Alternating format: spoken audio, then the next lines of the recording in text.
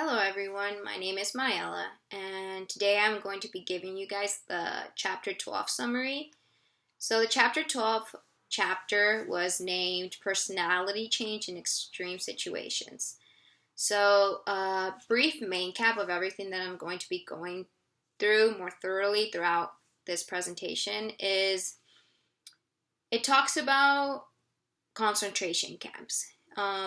They they would they explain how concentration camps is an extreme situation that people experienced. So it starts also with explaining what extreme situations are, and it goes on to say how some of them are man-made or some of them are natural disasters, such as hurricanes, tornadoes, and stuff like that. So it goes on to say how concentration camps were an extreme situation that was man-made.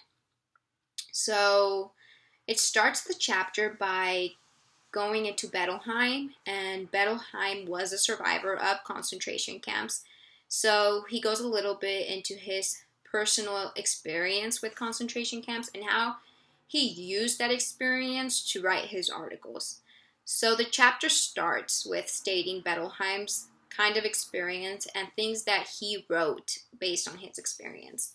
So it starts out by saying two major themes that pop out from his article, and one of those themes was that one of the main purposes of the concentration camp was to change the prisoners into useful subjects of the Nazi state by means of exposing them to extreme situations. So one of their goals was to change these people, change their personalities, and see how much they can withhold, how much torture they can withhold until they literally broke. And the second theme that stood out was that under these extreme conditions, different stages of processes of personality changes were observed among the prisoners. So to attain these goals, to see these personality changes among the prisoners were exposed to extreme situations of torture. They were tortured, they had extreme malnutrition, they didn't have good diets, they were fed just the bare minimum in order to survive. Exposure to heat, rain, and freezing temperatures, complete isolation from the outside world. They had no contact whatsoever from their family, from their friends, from just anyone in general. Hard labor and humiliation and degradation of the prisoner's sense of human worth. So with all this punishment, they were literally left with, what am I worth? So after seeing these major themes from Bettelheim's article, it goes on to say stages of personality change in extreme situations. So they divided these changes in personality of the prisoners in 4 stages. The first stage was the initial shock of unlawful imprisonment. So basically what this is, it's just the impact that one gets when something like this were to happen. Like, just imagine, like, if you were just imprisoned for, there was no specific reason, you were just imprisoned for anything, either your race, your ethnicity, anything. So just the shock that, wow, this is happening. How could this happen? So that was one of the stages. And it said that this stage varied depending on the socioeconomic status of the person. So it was different from middle class people to lower class people to obviously upper class people. So it varied depending on your socioeconomic status. The second stage is emotional detachment, which is caused by torture and human degradation during the transportation into the camp and the first experiences in the camp. So this is you completely detach from who you were. You're going into somewhere where torture and humiliation is a normal thing. So the person just detaches from their self. They just completely, like, that is one of the changes that they had to go through. So from being in prison to the way to the concentration camps, that was a detachment that the person went through. The third stage is a gradual process of adaptation to the camp situation, which is regression to infantile behavior. So this stage, it goes to how some people were fighting and making up like kids. So they would fight, and I'm not talking to this person ever again within the concentration camps, and within days or within hours, they would be talking again like nothing had ever really happened. So it just comes to play how lives in the concentration camps just consisted of fighting and bickering, like if you were a child. Like when you give a toy and another kid comes and steals that toy, they start bickering and no, like that's my toy. And in their minds, it's like, I'm not talking to this person ever again. But within seconds, they make up again. So that's how life in the concentration camps was. So it was just like going into infantile behavior and having to feel like this need to, I can't be my own persona, like you're depending on someone, which in this case, it's either the guards of the prison camp, the concentration camp, or people that just ran the concentration camp. It's like I'm dependent on them. I'm not my own person. I depend on someone, just like a child would depend on its parents. So the fourth and the final one is the final adjustment to the life in the camp. It's the acceptance of Nazi values as their own. So this stage, Bettelheim goes into explaining his experience with this final stage when he was in the concentration camps. And he goes on to elaborate how he saw how people were being tortured. So if there were people that were there for like 3 or 4 years and they would see someone that came in or someone that has just been there for a year, they would torture this person. Like if you weren't meant to survive, like in the first year you haven't really survived and you're just like dependent and like a little kid, they would torture you. So people that were there for longer, they would kind of take like the position of they were called the Gestapos, which were the concentration camp guards. They were called the Gestapos. So they would, in a sense, take the position of these people. So they would torture these people. They would make them feel worthless. They would bully them. And sometimes they would even come to the point of killing them. And these people that would torture these people, they would try to dress like the Gestapo. They would try to copy their uniform to feel a sense of authority, that they were like them, like they were looking up to them. They were identifying with them. And doing this and wanting to copy their uniform would get them in trouble by the Gestapos. They would see that these people were trying to be them and they would torture them. And these people still didn't care. They still wanted to feel a sense of authority and would still get like pieces of clothing that would look like the Gestapos or just anything that would reference them, so people can like acknowledge, oh, these people are these people. Like basically they run this place. So I thought that was pretty interesting. So after this, it goes into stages of personality change in extreme situations, which in this case we're talking about concentration camps, summarized in more general terms. So those are summarized by Bettelheim. That is how he summarized personality changes. And these next terms, these next 4 stages that I'm going to say, are just generalized terms for any extreme situation that people are faced in. And take in mind, and they emphasize this a lot of people don't go through these stages. Sometimes people but they deal with these situations in different ways. So this is just taking into account a lot of experiments they have done and kind of seeing similarities between them that they can come up with these stages. So this is summarized in more general terms. So stage 1 would be the initial shock, how we talked about previously, and feelings of disbelief, resentment, and utter helplessness and worthlessness. So that goes into tie how when you're in prison, you just feel shocks of disbelief and like, I can't do anything for myself. I can't get out of here. Like, I'm just helpless. So stage 2 is the period of denial, apathy, and depression. It's isolation of affect. So this is once you're in the concentration camp, you just feel like you are depressed. You're in the situation and there's no escaping it. Stage 3 would be regression into infantile behavior and dependency. So once again, going back to you're depending on someone else, people that run the concentration camp, instead of being your independent person. And stage 4, identification with the perpetrator. Like I explained with the people that were dressed like the Gestapo, they identify with these people. So now instead of looking to these people with terror or hating them for what they're doing, you just start to identify with them. So the personality change in the concentration camp situation largely depends on each individual's coping style and ability as they go through the various stages. Like some coping strategies may be effective on some and some may not be on others. Some people may use this, some people that. It just differs with each person. Since each person is different, each person will use different methods. So these are just summarized things. So after this, we go into coping strategies in concentration camps. So I'm going to go into 10 different ones. But before I go into that, I just want to tell you the definition of coping that the book illustrates.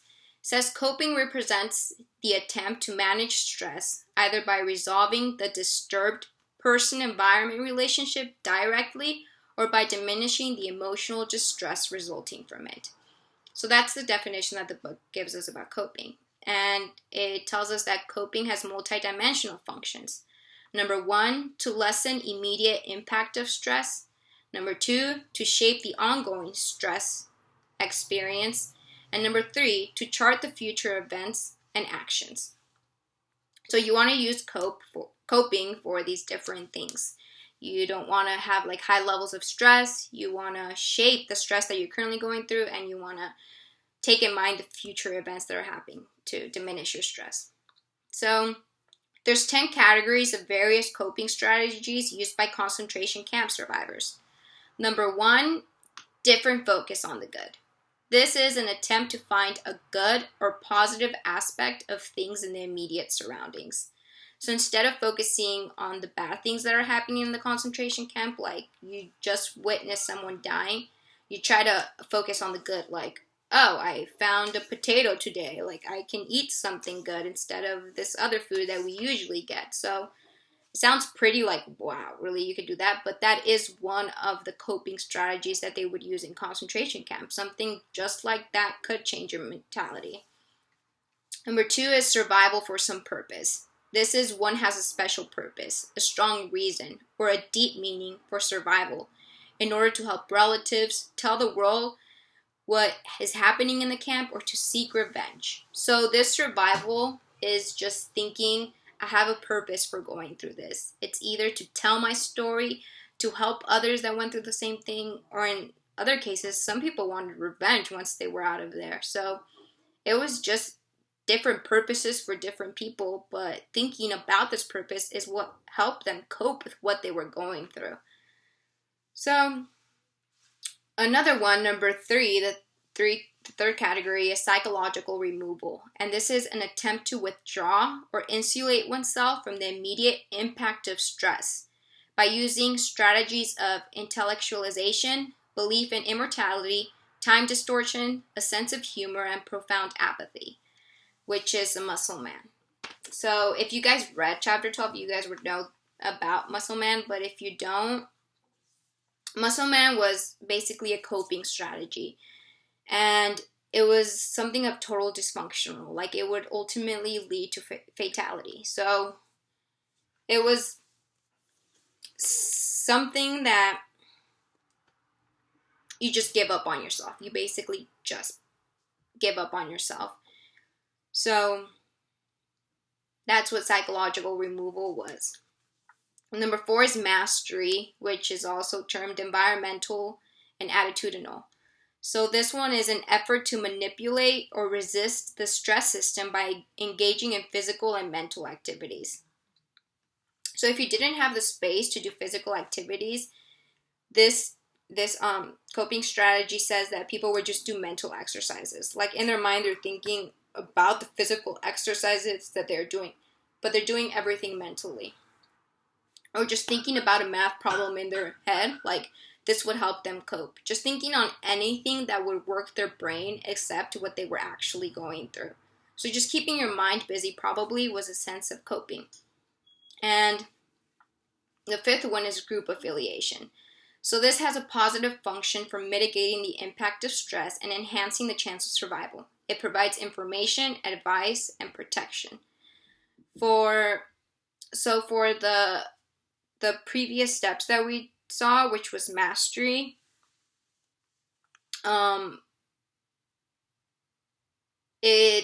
that one was best carried out when the individual belonged to some group.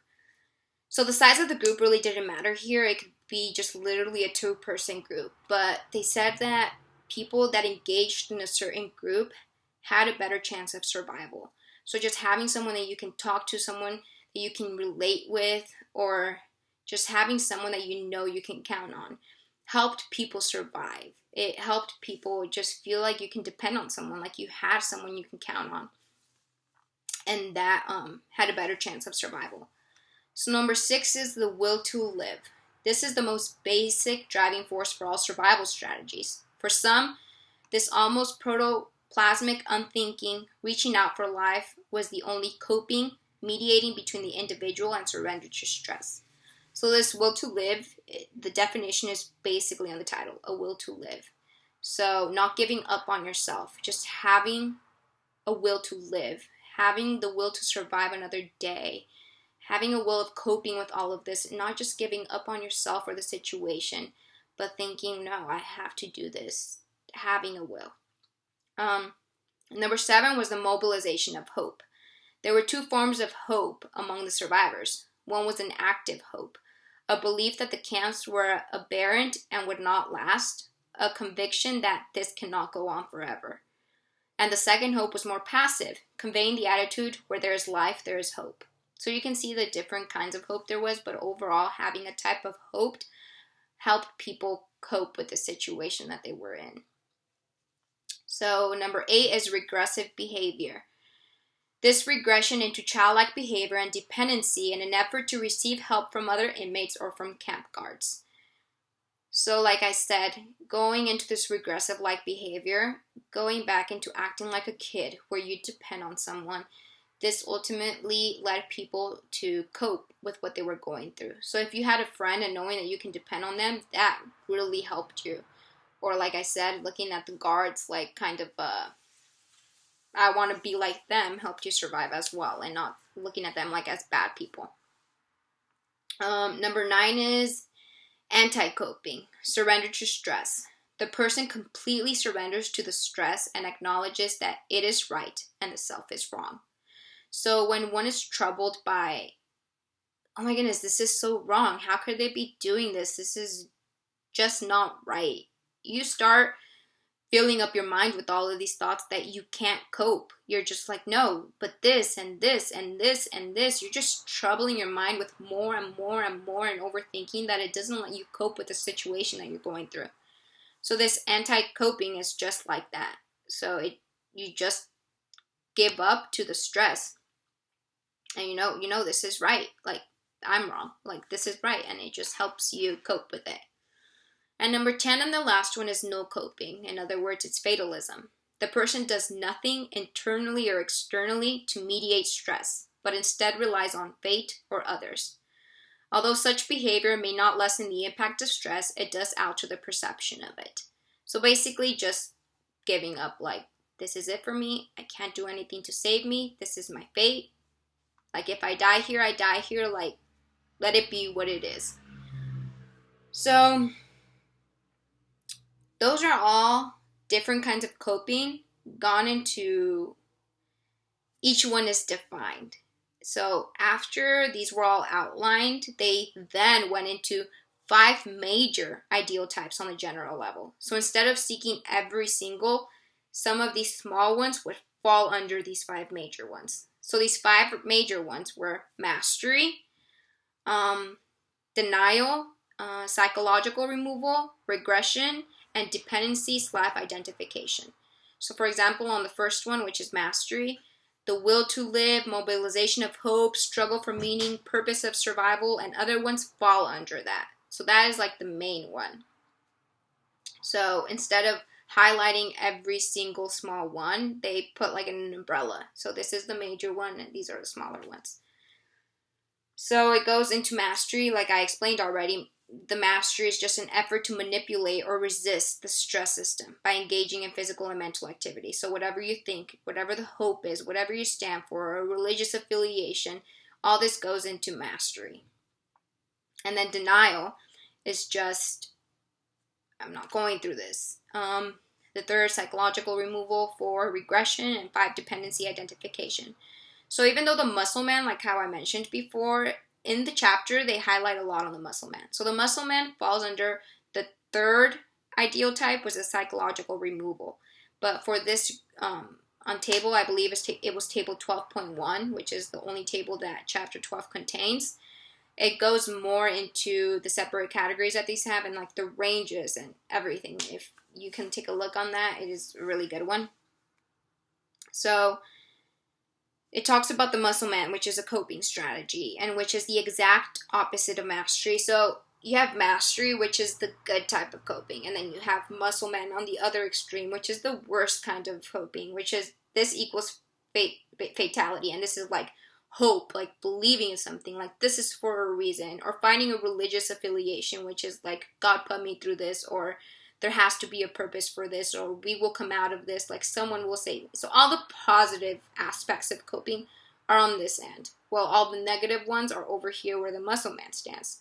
So they're completely opposite. If it helps you understand, they're just the complete opposite. So after this, after all these similarities, just like breaking down these various coping into like, okay, these are all the good, these are all of them. Okay, now there's subtypes, there's types, like there's main ones, and then these that fall into the branches of these main ones. They go into another study, which was that they saw low mortality rates among 500 internees camps, 500 internees at Camp Holmes during World War II. So this camp, they saw something different from other concentration camps. They saw that the mortality rates were very low. So they're all like, what's different about this? Like, we want to investigate and see what makes this one stand out from the rest. So they advanced 3 sets of hypotheses that might account for this phenomenon. Number 1 was the physical environments. Maybe they had a healthy climate, a bed for each internee, carefully managed camp space for multiple use. They had privacy, they had room for physical exercise. So this was one of their hypotheses. You know, maybe they had low mortality rates because they had a better physical environment. Like, you had your privacy, you had your space. You didn't have to be in a room where there was probably 100 beds for all the internees, and you literally had no privacy. So that was one of their hypotheses. The second hypothesis was personal backgrounds of the internees, a self-selected and highly educated group of persons. For example, missionaries, doctors, teachers, business persons, engineers, and other dependents who were well prepared to deal with stressful conditions in a foreign land. So this hypothesis is like, you know what, maybe the people that they got for the concentration camps were people of high standard that, you know, they had a higher intellectual ability and they had a better standing and mental standing of, okay, this is where we are, this is how we're going to cope, we can do this. They were just more modernized, I guess, if you can say, if that's the right word. So maybe that was one of the reasons for the low mortality rates in this camp. And the third and final hypothesis that they came up with was the social cultural environment. The internees' strong group solidarity and social support function as the most important survival factor. So the internees at the camp, maybe they were all part of a group. So as we said before, being part of the group really helped people survive. This was one of the biggest means of survival for people in concentration camps, being part of a group, being just included in something and feeling like you had people.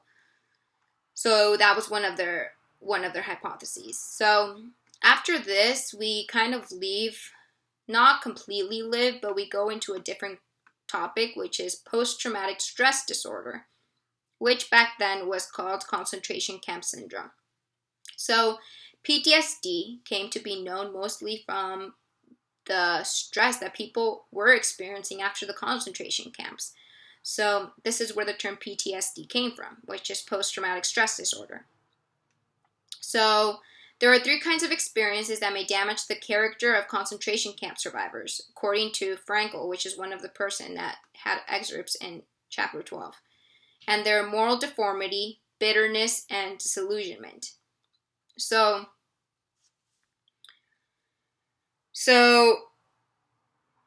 moral deformity is like you come out of the camp and you're all like, why did this happen? Like, you're still so in shock, like, of everything that happened, you know? Like, it's like, wow, this really happened.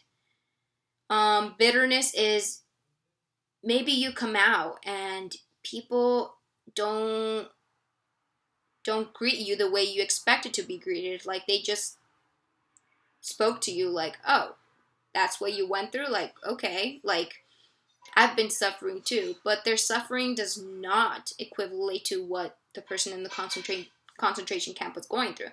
So this makes them bitter. Like, really? I withheld all of that for you to give me that expression? So they become bitter because of everything that they've been through and because of the expressions that they're receiving. So that's bitterness. And the other one is disillusionment. So a lot of people in concentration camps cope with being in the concentration camps with, I have this person, you know, like say father was in the camp and he's all like, no, I have my wife and my daughter waiting for me. Like, I have to withhold everything that is being thrown to me because I need to get back to them. Like, someone is depending on me. I have to make it to them. And then you are freed and you are out of the concentration camp to come to find that maybe both of them or one of them has died. You just feel disillusionment. Like, all my hope was for nothing. All my survival was for nothing. So they go through this stage of, what was all that for? What happened? Like, so it's really traumatizing for people to go through that. So the study of personality in extreme situations ultimately has to deal with the globally increasing extreme situations of institutionalized depression, rationalized terrorism, and normalized anomie. So people that go through this really go through a traumatic stage. They come out and for different reasons they can't deal with the outside world. It's like you're being mentally drained of something that's happened to you, and out of nowhere, in a matter of seconds, you are a freed person. It is traumatizing. It can be so much for the human mind that you can't contain it. It's like draining. Like, I can't hold this. So you go through a post-traumatic stress disorder where it's like, why is this happening? You just start questioning everything and you're bombarded by all of this stress. Maybe not even the amount of stress that you were facing in the concentration camp. Some people experience it more when after. So we just have to pay a huge amount of importance to that. And like the chapter stated towards the end, this chapter is just to bring awareness to people of what happened in the concentration camps and just to let people know the different amounts of coping strategies that there is, or how your personality can change in extreme situations, especially here in the world where we can be confronted, maybe not as much man-made disasters, but natural disasters, so we can see how our behavior can change and just see the different coping strategies that we can use when we are faced in a situation like this. So it's just the purpose for this chapter was mainly to bring awareness to all of this, to just personality changes, for coping strategies, and for PTSD after an extreme situation that you go through. So just to end this, I thought it was very interesting. At the beginning of the chapter and all throughout the chapter, it talked a lot on Bettelheim, which he was a survivor of 2 concentration camps. And at the end, it tells us that he didn't make it at a nursing home. And he just couldn't make it, and he continued taking pills and pills and pills and just ultimately died. So it's just crazy how some people can cope with certain situations but can't cope with something else. Like maybe he was feeling all alone in a nursing home, or he felt like he really couldn't take this kind of dependency at an old age. So it's just mind blowing. It was very mind blowing to read that at the end, where it's like he survived in 2 concentration camps where the situations were very extreme. They were tortured to degrees that I can't even imagine, but he couldn't make it through that. So there's different extreme situations for different people, and all different people cope with these things in different ways. So it's just bringing awareness to this. And I hope my summary helped you guys. And if maybe you were lost in some parts, then maybe you can check on my chapter outline that I will have with this video. Thank you, and I hope you guys are all having a great semester. Stay safe and stay at home.